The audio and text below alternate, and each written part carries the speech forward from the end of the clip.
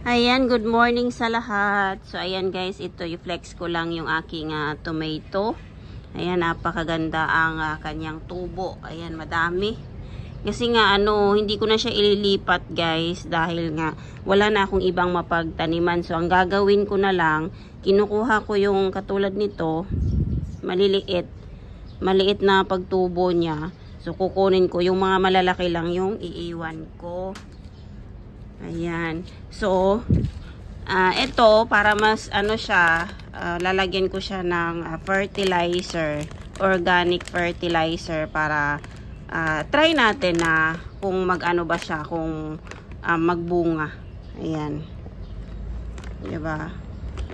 So, ganito ang itsura ng, ganito siya guys, organic fertilizer.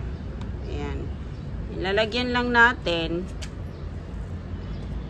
Try lang kung palarin yung ating tanim. Kasi sayang kasi pag hindi alagaan.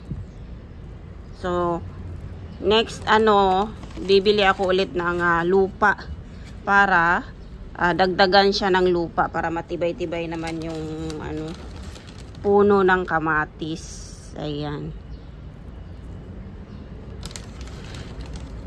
Ko lang kasi maganda kasi pag 'di ba, may tanim-tanim sa umaga, makikita mo agad yung mga tanim mo. Yan, tatlong to siya guys, tatlong box. Ayan. Maganda kasi sa pakiramdam. Lalo na pag mamunga, tapos madami, ay napakasarap sa feeling. Ayun.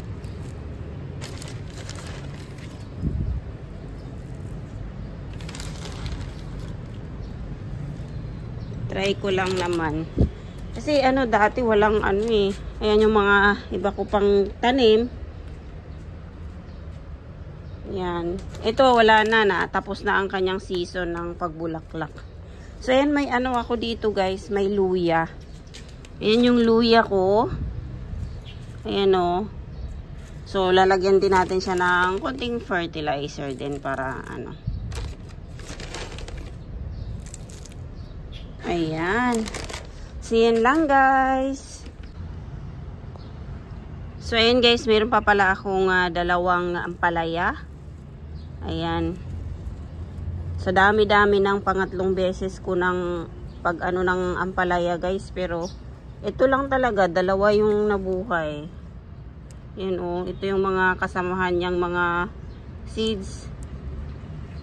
So ito lang talaga ang nabuhay kaya aalagaan. Lalagyan natin ng